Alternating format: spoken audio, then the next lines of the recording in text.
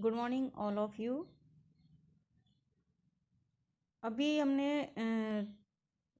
पहले वाले चैप्टर में चर्चा की थी self incompatibility and this is the molecular basis of self incompatibility. Self incompatibility molecular base पर किस टाइप की होती है?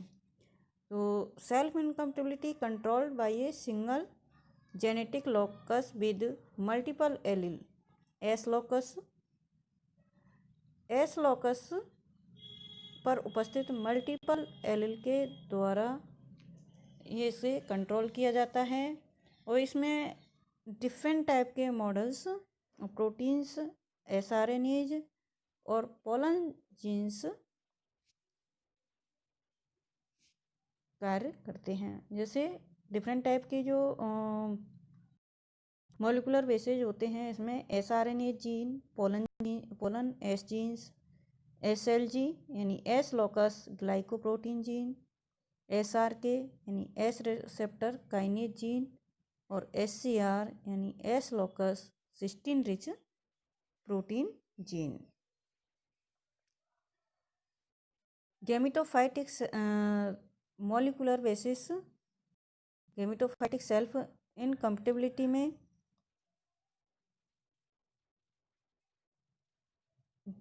ऑल जो pollen grains produced by an S1 S2 and genotype of pistils different type भी डिफरेंट टाइप का होता है, तो 50% और पूर्ण रूप से डिफरेंट टाइप के जीनोटाइप होता है तो कंप्लीटली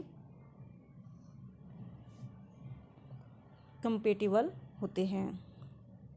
स्पोरोफाइटिक में ऑल पोलन ग्रेन्स प्रोड्यूस्ड होते हैं प्लांट S1 के द्वारा, S1 S2 के द्वारा एंड जीनोटाइप ऑफ पिस्टिल्स यदि पूर्णतः डिफरेंट नहीं है तो यह कंपेटिबल नहीं होता है। SRNase mediate degradation of pollen tube RNA, इसमें एस लॉकस एपॉक्सोजीन, एसबीआरडी यानी कि SRNase binding regulating domains, FD2 binding with RNase, FD1 FD3 determine S cell specific of SLF और weaken the strong interaction between FD2 self protein and sRNase। Gene pistil polymorphic glycoprotein, SRNA जो gene है उनमें है pistil polymorphic glycoprotein यानी कि ribonuclease कैटालाइटिंग activity और allele specific साइटोक्सिन्स होते हैं। इसमें सेल्फ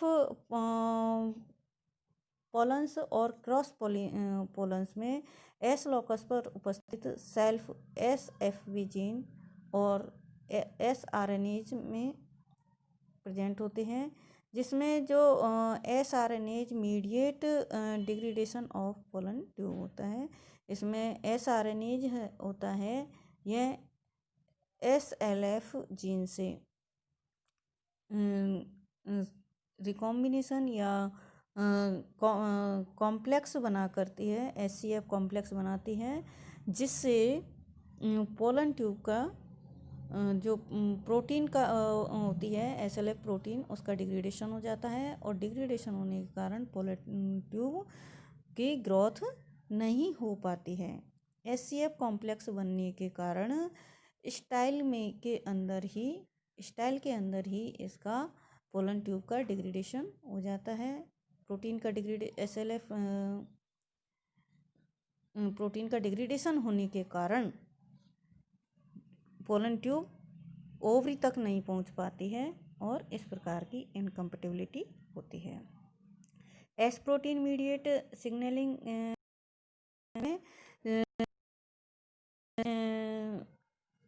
कॉम्प्लेक्स बनता है, जिसमें कैल्शियम आयन है में caspase like protease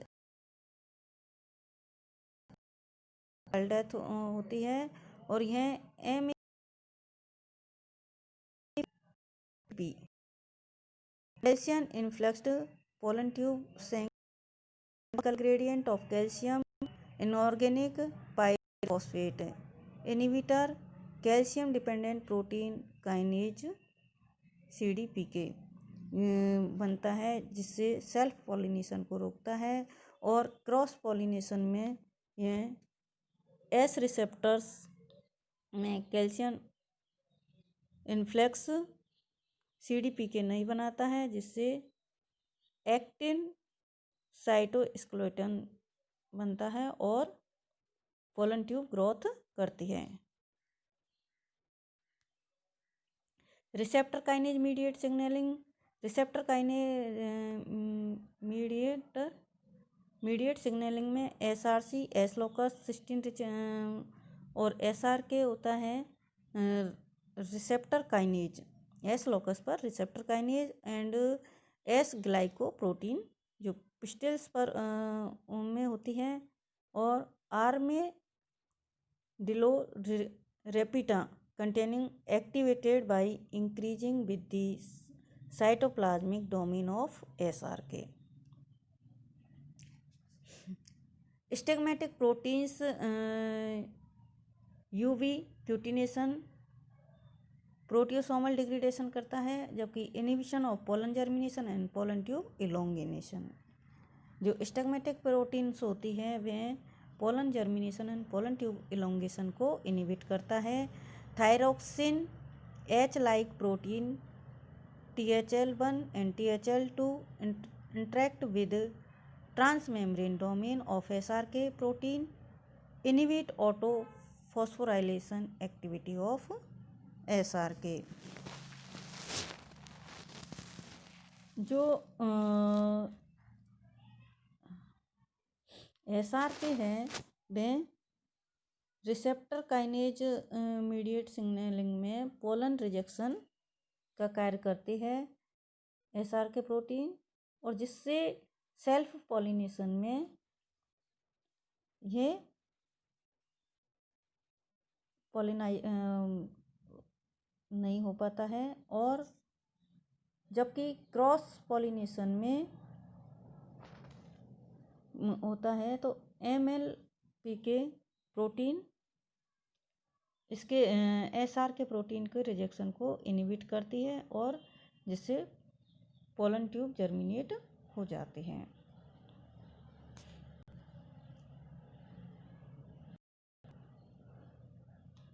inbreeding depression के जो प्रमुख कारण है वह जेनेटिक वेरिएशन लो, रिवोल्यूशन प्रोसेस और रिसेसिव एलील के एक्सप्रेस्ड